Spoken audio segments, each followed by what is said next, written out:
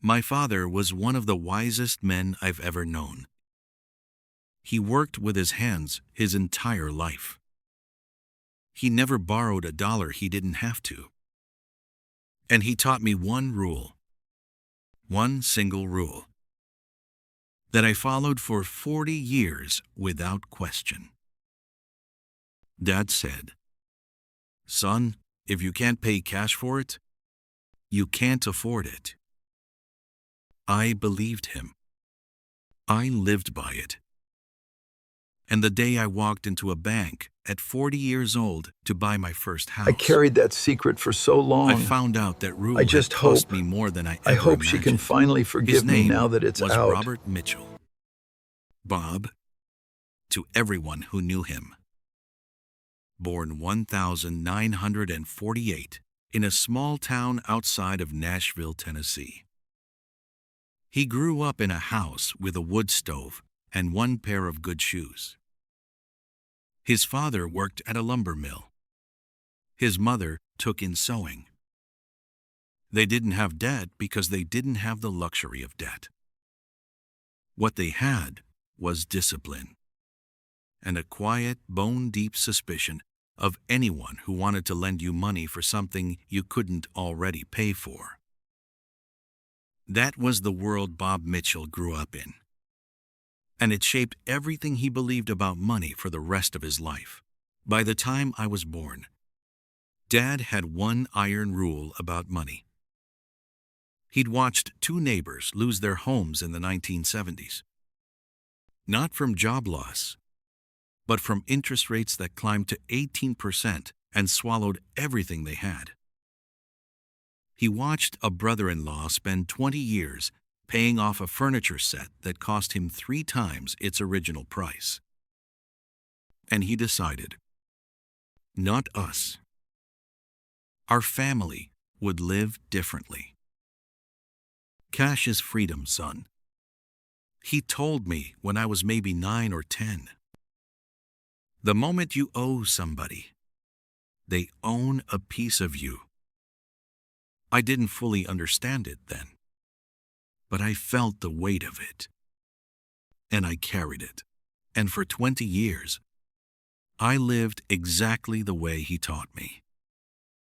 I bought my first car with cash, a used 1994 Honda with 87,000 miles on it that I'd saved for over 2 years. I paid rent in money orders. I never opened a credit card account. Not once. I had a checking account and a savings account. That was it.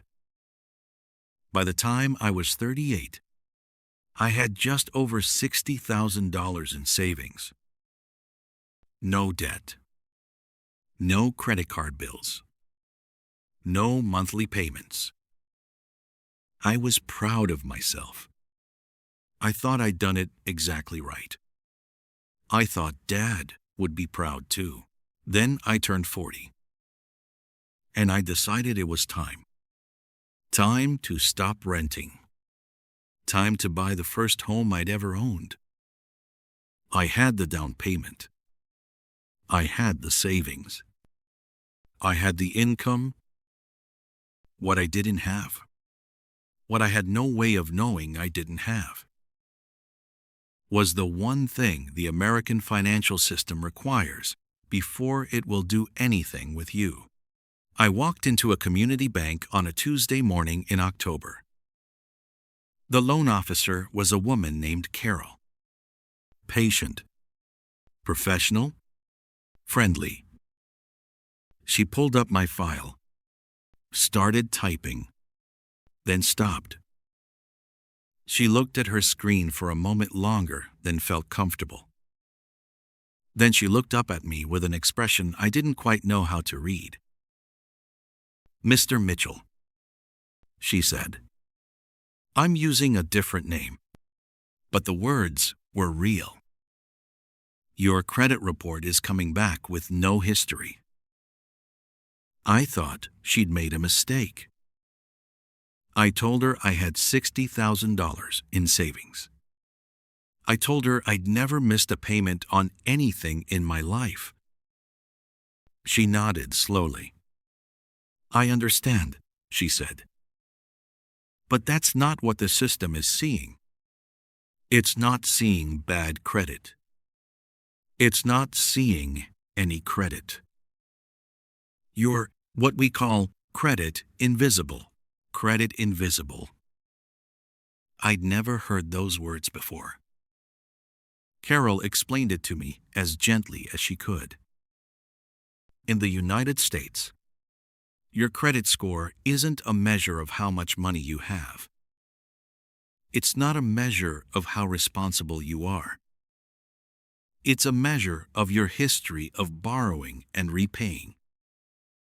And if you've never borrowed anything, you have no history.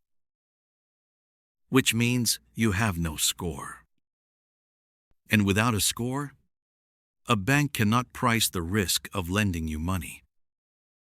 Without a score, the automated systems that process mortgage applications simply don't know what to do with you. Not bad credit. Invisible credit.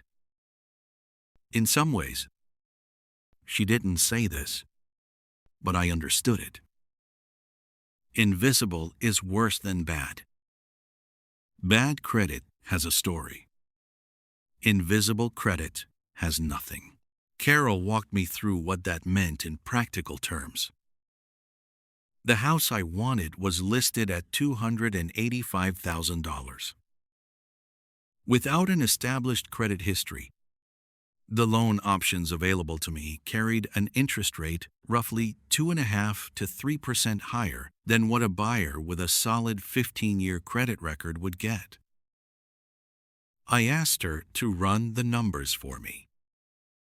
Over 30 years, at that difference in rate, I would pay approximately $211,000 more in interest than a buyer with good credit.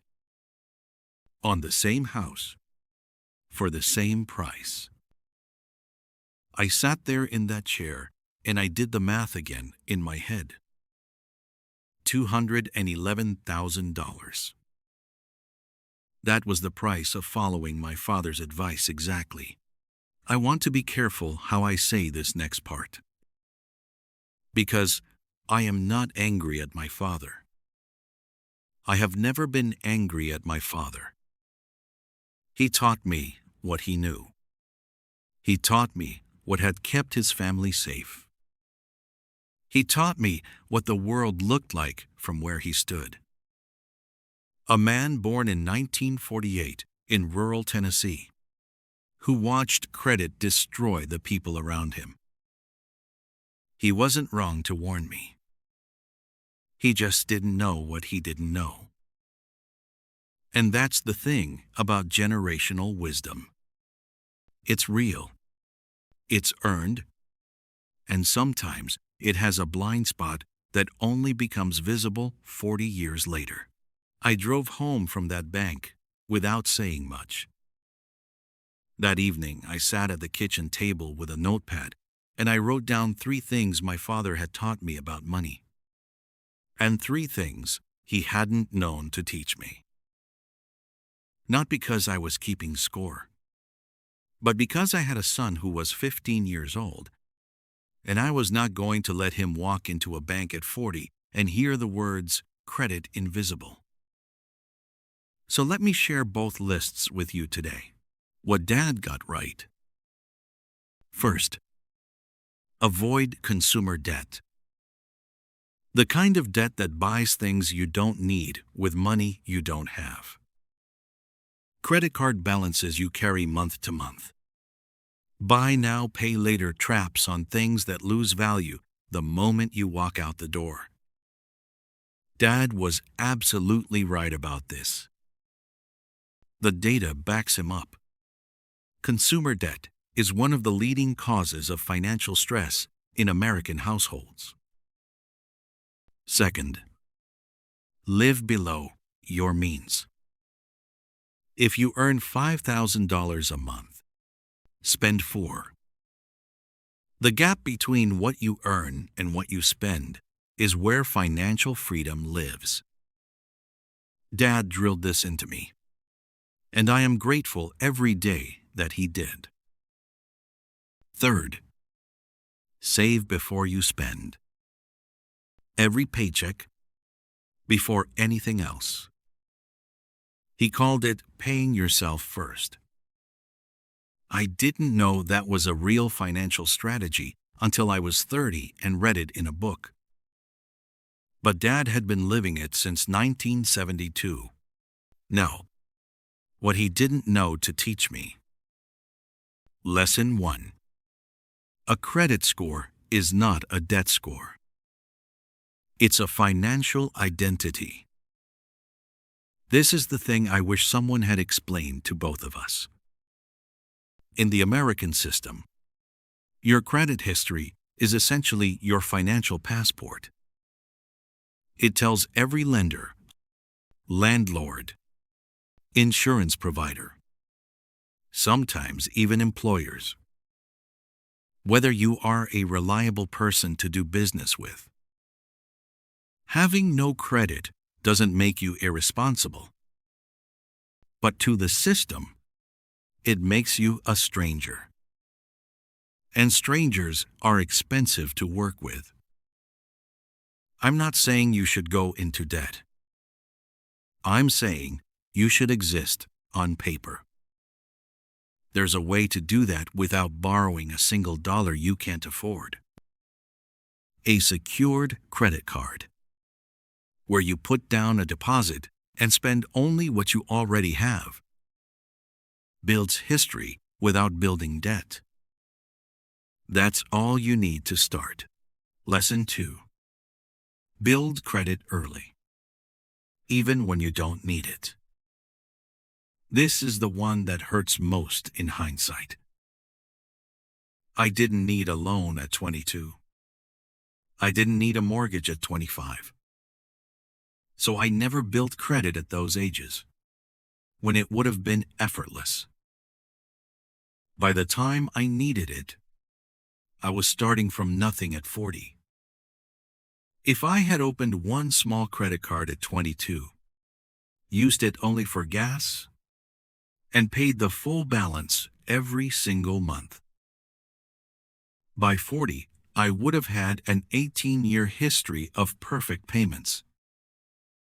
That history alone would have qualified me for the best rate on any loan in the country. The cost of building that history, $0. The cost of not building it, $211,000 in extra interest over 30 years. Lesson 3. Teach your children the full picture. Not just the dangers of debt, but how the American system actually measures financial trust. Dad gave me half the map. He taught me how to stay safe on the road. He just didn't tell me the road had tolls I'd never heard of. I'm not criticizing him. How could he have known? Nobody taught him either. But we can teach our children differently. We can tell them, avoid debt that owns you. And also, build the history that frees you. Both things are true. Both things matter. You don't have to choose between your father's wisdom and the reality of the system you live in. You can honor both. It took me 18 months. A secured card. A small credit builder loan through a local credit union. $1,000 over 12 months. $67 a month. And I received back just over $800 at the end, along with a clean payment history. And my wife added me as an authorized user on an account she'd held for 7 years, which added that entire history to my report the same month. 18 months after Carol told me I was credit invisible. I had a score of 714. Enough to close on that house with a rate I could live with. The extra interest I paid compared to starting at 22? Probably around $38,000 by the time we're done. Still not nothing. But it's a lot less than 211. Dad passed away 4 years ago. He never knew about the credit score, or the bank, or that Tuesday morning in October. I never told him. Not because I was ashamed, but because he'd done his best. Every single day of his life, he'd done his best. And the lesson he taught me about living within your means, avoiding debt that takes more than it gives, saving before you spend. I carry all of that with me. Into that house. Into every conversation I have with my son. The only thing I added was the part he didn't know. The part that the American financial system requires. Because he deserved a son who could take what he built and finish the map. If this story spoke to something you've lived, or something your parents taught you about money that you've never stopped to question, I'd love to hear it in the comments below. And if you know someone who's raising their kids cash only, or someone who's never thought about their credit history, share this with them today, before they find out at 40. I'm your host, and this is Last Generation Stories, where the wisdom of the generation before us becomes the guide for the generation after. We'll see you next week. This story is based on personal family experience and oral history. Names and identifying details have been adjusted to protect individual privacy. This video is for educational and storytelling purposes only and does not constitute financial, legal, or professional advice. Please consult a qualified financial advisor for decisions specific to your situation.